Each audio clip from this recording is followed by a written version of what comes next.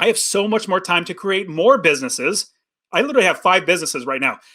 Create more businesses to buy more properties. And in the long run, the second thing is I can literally give and will literally give number one, these properties, but also number two, these businesses to my kids. Like if you're watching this, you can see my kids in the background. I have 4 kids. They're fantastic. I'm going to build up the businesses and my real estate so I can literally give it to them. But I'm curious on your thoughts on that, Dustin. You said, I want to invest more in real estate. Would you touch on your strategy there and how you use that to decrease your taxes? I love buying a piece of property and then having my taxes get so much less because a few different things. Number one, let's say you don't have any businesses, but you are a doctor and you're making a lot of money. Well, you're making a lot of money, but you're going to be paying a lot of money in taxes. Why not take that money that you would be paying for taxes, buy a piece of property with it, and the depreciation alone is literally going to destroy you, the amount of taxes you're going to have to pay. So for me, as I make money through whatever means I have from, I make ads from YouTube. They pay me money for having my YouTube videos out there.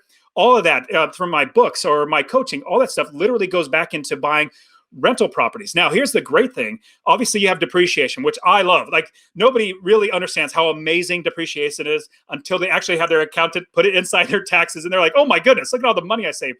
From there, I also have a property that's making me money to buy more properties. Then I take that money to buy more properties. And then that makes me even more money to buy more properties. But on top of that, 2 other things. Number one, I have so much more time to create more businesses.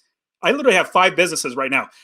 Create more businesses to buy more properties. And in the long run, the second thing is I can literally give and will literally give number one, these properties, but also number two, these businesses to my kids. Like if you're watching this, you can see my kids in the background. I have 4 kids. They're fantastic. I'm going to build up the businesses and my real estate so I can literally give it to them. Now, they're not going to be like trust fund babies or anything like that. They're literally going to be working in the business.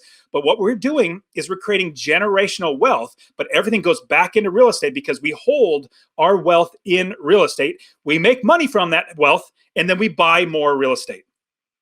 Beautiful. That makes perfect sense. And I want all our listeners to picture this strategy here, right?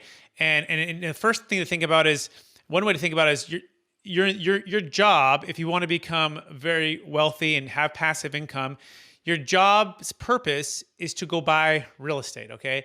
Your W-2 as quickly as you can to buy real estate. Why? Because you want to build up opportunities for losses through what's called depreciation to offset income. Now, that losses offset passive income, right? To passive losses, passive income, unless you're doing your real estate professional and it's your full-time career, then you can qualify under something else that allows you to accelerate depreciation and offset your actual income.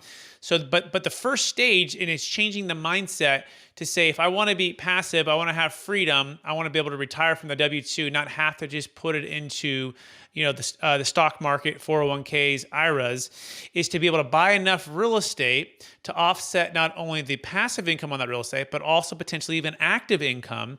And so I want you to picture 4 towers, okay? And there's 4 towers. And the first tower would be your income tower, right? And that income tower can be W-2 income or it can be a business income. Ideally, you're going to get as much business income as you can. That next, and also passive income. The second tower is going to be depreciation, right? And so you have to ask yourself, if what I own is not able to depreciate off my taxes, then I'm going to be paying more in taxes, okay? Which leads into the third tower, which is leverage. If you can leverage enough, meaning taking on smart debt to buy real estate to depreciate, like for example, let's say you had a $300,000 down payment, you could buy $1 million apartment complex. You can depreciate a big majority of that even within the first couple of years, as much as maybe 25% of that $1 million. So let's say you're making $250,000 of cash flow. You can offset that with the depreciation, and then you could walk away in that given year income tax-free on that passive income. So there's these different towers, and if you don't have 1, 2, or 3, or 4 of these, you're not building wealth as fast or as efficient as you can. And there's a really cool video on this too. By the way, the last tower is taxes, right?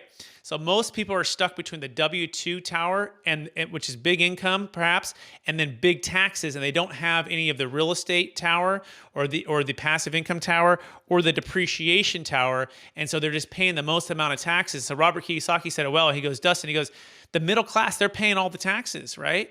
And the lower class, they may or may not pay taxes based upon their income levels. But how do you shift that? Well, you got to get some depreciation. You got to get some offset. So